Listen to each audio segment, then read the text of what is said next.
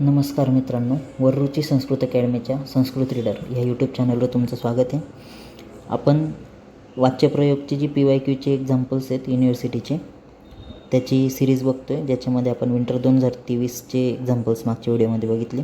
ह्या व्हिडिओमध्ये आपण समर 2024च्या एक्झाममध्ये जे वाक्यप्रयोगचे एक्झाम्पल्स आलेले होते ते बघणार आहोत. बघा, समर 2024मध्ये पेपर 1मध्ये जे एक्झाम्पल आले ते बघा. पहिलं होतं कृषकेन क्षेत्रः कृष्यते. आता हे जे एक्झाम्पल आहे हे कर्मणी वाक्य आहे. कर्मणी वाक्याचं कर्तरी करायचं आहे.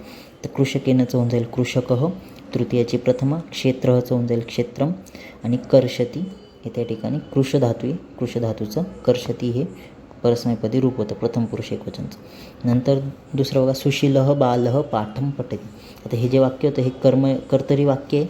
सुशीलः बालः, सुशीलः हे त्या ठिकाणी बालः शब्दाचं विशेषण आहे. सुशीलः बालः हा पूर्ण एक कर्ता म्हणून त्याला ट्रीट करूया. आणि पाठम पठती, पाठम हे कर्म आहे, पठती क्रियापद आहे. आता ज्यावेळेस आपण कर्तरी टू कर्मणी करणार त्यावेळेस जे बालः कर्ता आहे त्याला जर तृतीयामध्ये घेतलं तर त्याच्यासोबत आलेलं जे विशेषण आहे त्यालासुद्धा तृतीय विभक्तीत घ्यावं लागेल. म्हणून सुशीलः बालचं झालं सुशीलेन बालेन. पाठम कर्म आहे ते प्रथमामध्ये होणार पाठः, पठतीचं होऊन जाईल पठ्यते. नंतर बघा पुढचं, कविही काव्यम रचयति. आता याच्यामध्ये कविही काव्यम रचयति हे जे वाक्य हे कर्तरी वाक्य आहे. त्याचं कर्मणी होणार कविना काव्यम रच्यते. कविना तृतीया, काव्यम प्रथमा आणि रच धातूला य प्रत्यय लागून आत्मनेपदाचा प्रत्यय, कविना काव्यम रच्यते. नंतर सेवकः ग्रामम अगच्छत हे वाक्य होतं. आता हे वाक्य भूतकाळी वाक्य आहे. सेवकः ग्रामम अगच्छत कर्तरी वाक्य, तर कर्तरीचं कर्मणी होणार सेवकेन ग्रामः अगम्यत. आता अगच्छत हे जे ते भूतकाळी वाक्य, त्याच्यावरून आपण अगम्यत हे रूप केलं. नंतर बघा त्या ठिकाणी पुढचं जे वाक्य होतं तेन सिंह दृश्यते. आता हे वाक्य रिपीट झालेलं आहे, परत एकदा आलेलं आहे याच्यामध्ये. तर तेन सिंह दृश्यते ह्या वाक्याचं ते हे कर्मणी वाक्य तेन सिंह दृश्यते, त्याचं कर्तरी होणार सह सिंहम पश्यति. नंतर पेपर 2मध्ये बघा कोणते कोणते वाक्य होते. पहिलं होतं अहम वित्तम एव चिंतयामी. अहम वित्तम एव चिंतयामी कर्मणी वाक्य, त्याचं कर्तरी होणार मया वित्तम एव चिंत्यते. अहम कर्ताय, अस्मत् सर्वनामचा कर्ताय, त्याचं प्रथम एकवचनचं रूप आहे अहम, ते तृतीय एकवचनमध्ये होणार वयम. वित्तम एव ॲज इट इज राहणार, चिंतयामीचं होऊन जाईल चिंत्यते. आता इथे चिंतयामी होतं उत्तम पुरुष होतं कारण की अहम करताय. ज्यावेळेस कर्मणी होणार तर कर्मानुसार क्रियापद घ्यायचं आहे म्हणून चिंत्यते झालं. म्हणजे जे क्रियापद आहे ते प्रथम पुरुषी झालं, वित्त शब्द प्रथम पुरुष म्हणून. नंतर बघा पुढचं वाक्य होतं पुरुषः साहसम कृतवान. आता हे जे वाक्य आहे हे कर्तरी वाक्य आहे. कृतवान हा जो एक कृ धातूला तवतू प्रत्यय लागून तयार झालेला कृदंत आहे. आता कर्तरी वाक्य त्याचं कर्मणी करायचं आहे. कर्मणीमध्ये काय होणार पुरुषः प्रथमामध्ये, तृतीयामध्ये जाणार पुरुषेन साहसम ॲज इट इज. आता साहसमनुसार कृ धातूला त प्रत्यय लागून कर्मणीभूत कृदंत तयार होईल आणि साहसम हे नपुसकलिंगी म्हणून कर्मणीभूत कृदंत पण नपुसकलिंगी, तर तो झाला कृतम. ह्या ठिकाणी कृ प्लस तवतू आहे.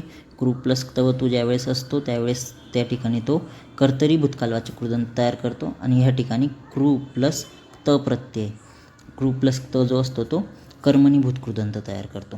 तर कर्माचं जे पण हे असते विभक्ती आणि वचन त्याच्यानुसार त्या ठिकाणी आपण कर्मणीमध्ये जे पण कर्मणीभूत कृदंत असतो त्याचं विभक्ती आणि वचन घेतो. कृदंत म्हणजे हे धातूपासून तयार झालेले विशेषणं असतात. नंतर बघा एकेन पंडितेन उक्तम हे वाक्य होतं. त्याच्यामध्ये हे एकेन पंडितेन उक्तम हे कर्मणी वाक्य, त्याचं कर्तरी होणार एकः पंडितः उक्तवान. इथे पण उक्तम हे जे ते कर्मणीभूत कृदंत आहे, उक्तवान जे ते कर्तरीभूत कृदंत आहे. जर नापितः स्वगृहम गतः हे जे वाक्य आहे हे त्या ठिकाणी हे पण त प्रत्यय लागलेला आहे.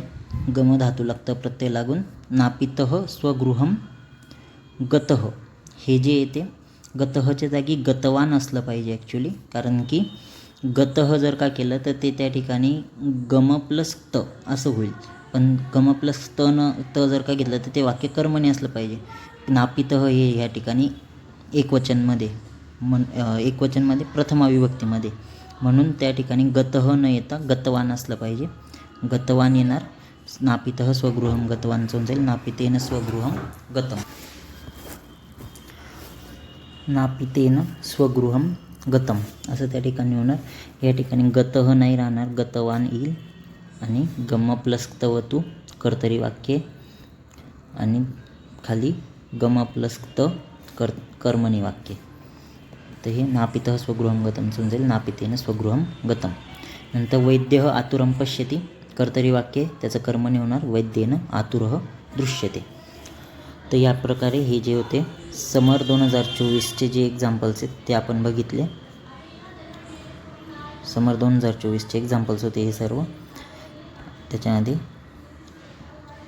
आता सेकंड पेपरमध्ये मोस्टली ना सगळे पंचतंत्रमधले एक्झाम्पल्स येतात, म्हणून तवतूवाले एक्झाम्पल्स जास्त करून बघायला भेटतात, सेकंड पेपरमध्ये असतात. म्हणून पंचतंत्राचे एक्झाम्पल्स जर का वाचलेले असले तर ते सेकंड पेपरमध्ये सोडवायला सोपे जातात. कर्मणी भूतकृदंत कर्तरी भूतकृदंत हे एक समजणं गरजेचं आहे सेकंड पेपरचे एक्झाम्पल सॉल्व करण्यासाठी. ठीक आहे. हा व्हिडिओ आवडला असेल तर ह्या व्हिडिओला लाईक करा, जास्तीत जास्त मुलांपर्यंत शेअर करा आणि आपलं जे हे यूट्यूब चॅनल आहे संस्कृत रीडर याला सबस्क्राईब करा. धन्यवाद.